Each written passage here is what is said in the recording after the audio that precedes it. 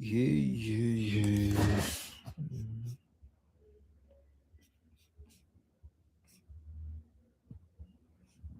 Ni amahoro umusaza, ni amahoro bita Zazari Comedy.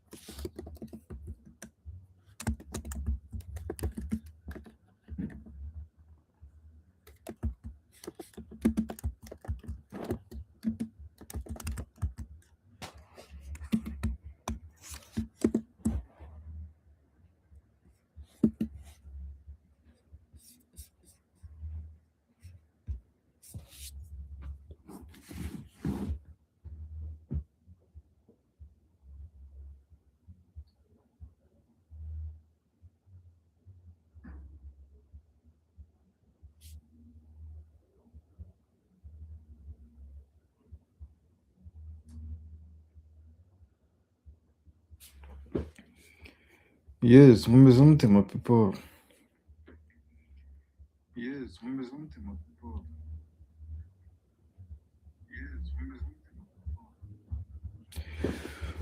Yes, niyo mpamvu mpande ndi hano, niyo mpamvu ndi hano. Hari amafilime menshi, reka nza n'akabike mbinotinga ahantu, filime zitarangira bite nzira.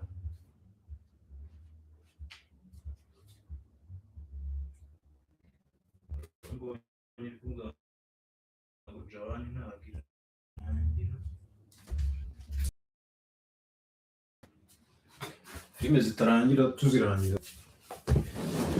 Mino minsi ndashaka kutazongera gukora filime, ndashaka kuzongera gukora filime z'amasizoni. Ndashaka kujya nkora filime zirangira gusa, season nshaka kuzicikaho kuko mba mbona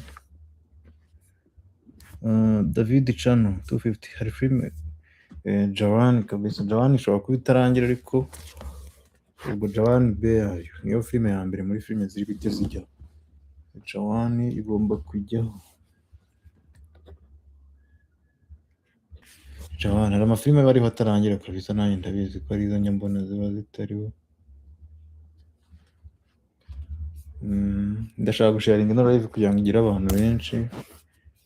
Okay, ndabona kuri WhatsApp yagiyeho. Nshaka kuyisharinga no muri channel.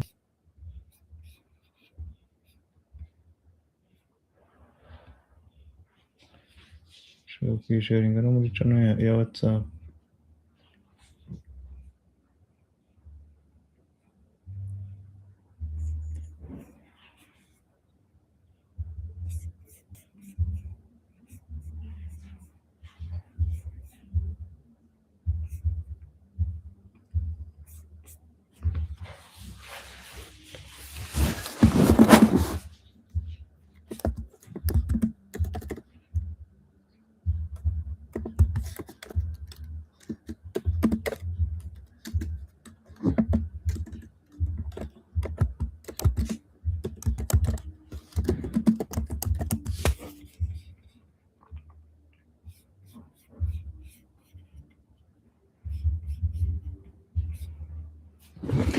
Yes, ubwo umuntu wese wagira ikibazo yahita ambaza. Uno mutipe witwa Chris Impaye. Haunted ntabwo byashoboka. Haunted biragoye, najyaga nyigiramo ariko biragoye nyine, kuko uku kuyisubiramo biragoye. Haunted guhita nyibona biragoye, ahubwo ari nk'iziba zigiye zihari nyine, nk'izo ziba zigiye zihari, nk'uno mutipe wambujije Jawani. Bad Influence irangira kuri 7. Bad Influence irangira kuri 7 kabisa. Nk'ubu ngubu ngeze gutya nkakwereka.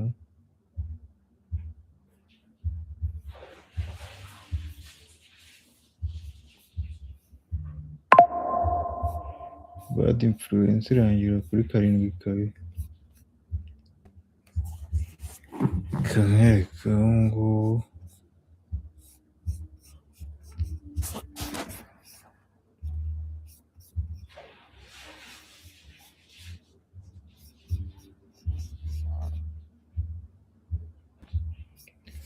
nshaka kukwereka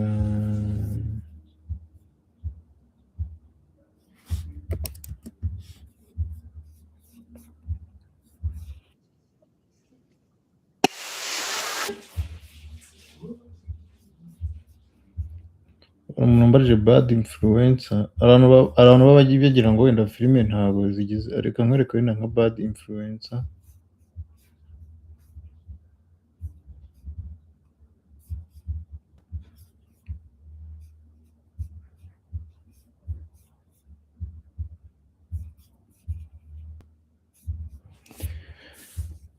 Ndabivuze nashaka gusharinga screen yanjye nkabereka bad influencer ukuntu imeze ariko biranga.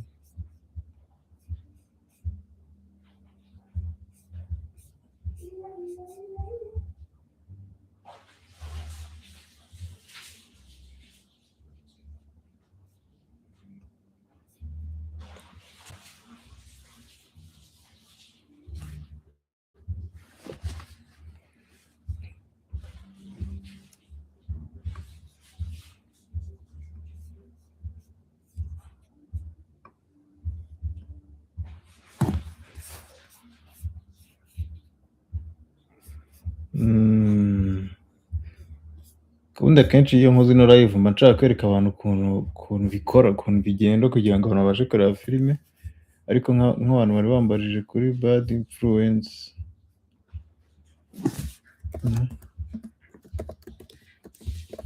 Bad influence number of episode, ibyo nawe rega wabyirebera.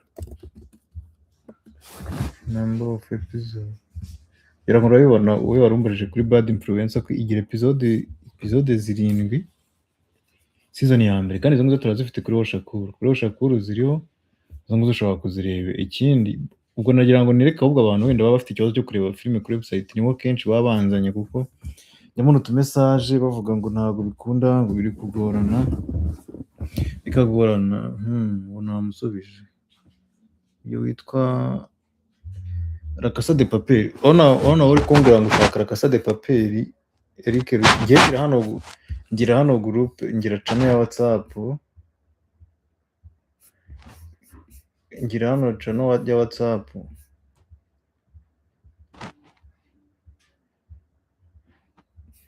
Bad influencer mwabonye kwiza kuri 7 kuko niho igarukira.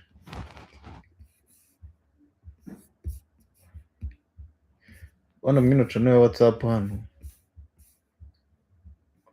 mba nabajije ikibazo, wenda ushobora kuba utariho ngo ube wahitamo, ariko reba nk'iki kibazo mba nabajije ngo dukomeze n'iyi. Wenda nk'abantu ejo bundi nk'ejo bundi nashyizeho La Casa de Papel season ya 4, nshyiraho Shuta season ya mbere. Reba nk'ubu ukuntu bizaba zatobuse, niho ubona izana abantu benshi, izo baba bashaka abantu benshi nk'ubu ngubu bari kumbaza filime zirangira. Uyu munsi ugomba guhorana nshyizeho nka filime nk'eshatu zirangira, kuko ndabibona ko ari zo abantu benshi baba bishakira. Shuta, uri kumbaza Shuta nta muntu uyikeneye, uri kumbaza La Casa de Papel nta muntu uyikeneye, ahubwo Prison Break 2 wenda yo urabona ko ipfa kugira utubara, ariko nayo ntabwo inganya nka filime zirangira. Rero gahunda bari ukwijyanira n'izirangira ubu ngubu, amasizoni iyo nyine kereka imbonye abantu bayivotinga, cyangwa joining iyo channel ya WhatsApp. Nawe ujye utanga ijwi ryawe, ushobora kuba utarimo, ukaba utabasha gutanga igitekerezo cyawe kugira ngo nyine tubone ko nawe iyo filime ikenewe. Kuko niba ari WhatsApp channel ifite hafi abantu 28,000, abenshi bakaba bari kwitorera ko dushyiraho filime zirangira, nuko arizo baba bashaka, ntabwo baba bakeneye ibintu by'amasizo. La Casa de Papel season 5, iyo ngiyo ntabwo mpfa kuyishyiraho vuba, ariko iranahari, irahari. Ubundi nka filime uyishaka ushaka kunyandikira kuri WhatsApp nkayiguha, ukayishyura nkayiguha.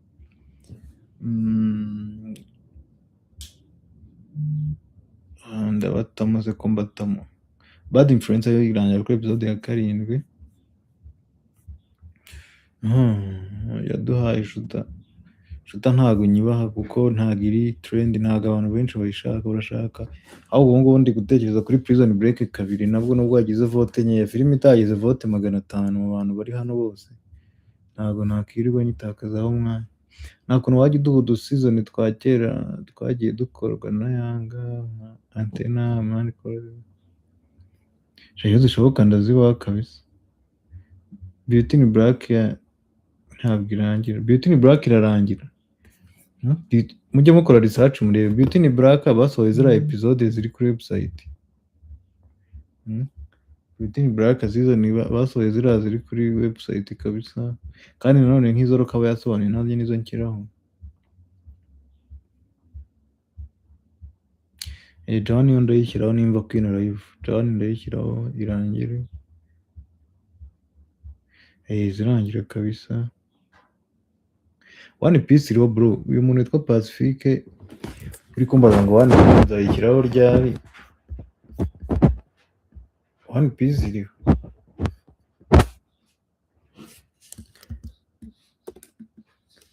One Piece iriho kabisa. One Piece iriho ntabwo nasharinga website, ntabwo nasharinga bahita bambaninga kubera biriya biboro by'amakopyright. bahita bandaburiza, ntabwo nabacika ngiye kwereka One Piece, ariko kanze nkwereke.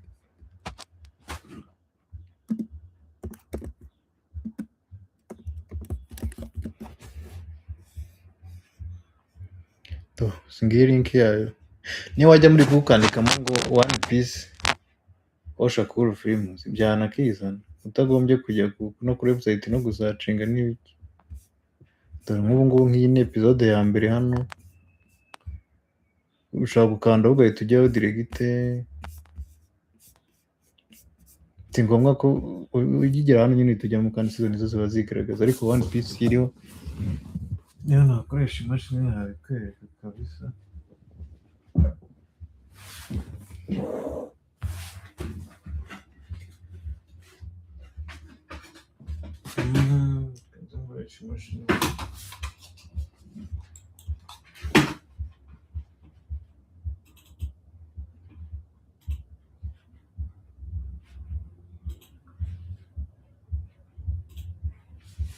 Ariko ntabwo ari ngombwa ibiboro birabaninga byatari YouTube barayibaninga, ngiye kubishyiramo bandaburiza.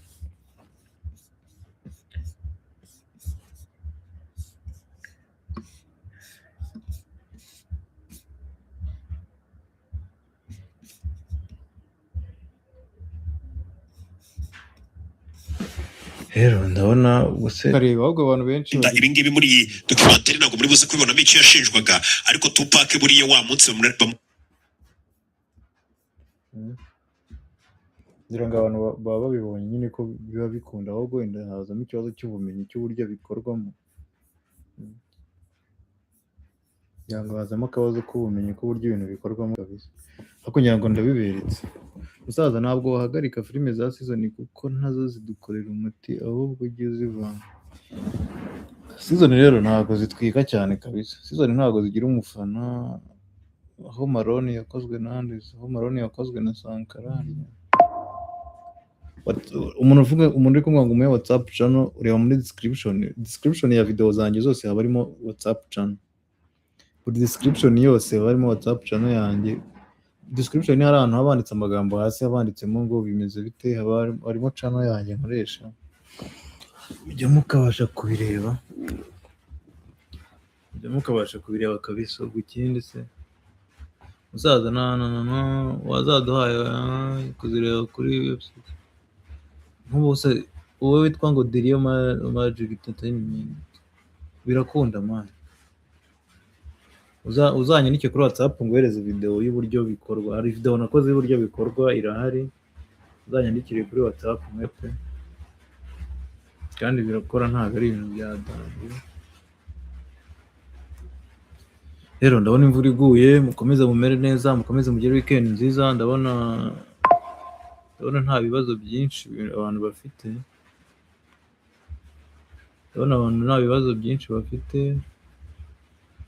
ubwo tuzahuza ubutaha. Imana ikomeze kubarinda, mukomeze mugire weekend nziza.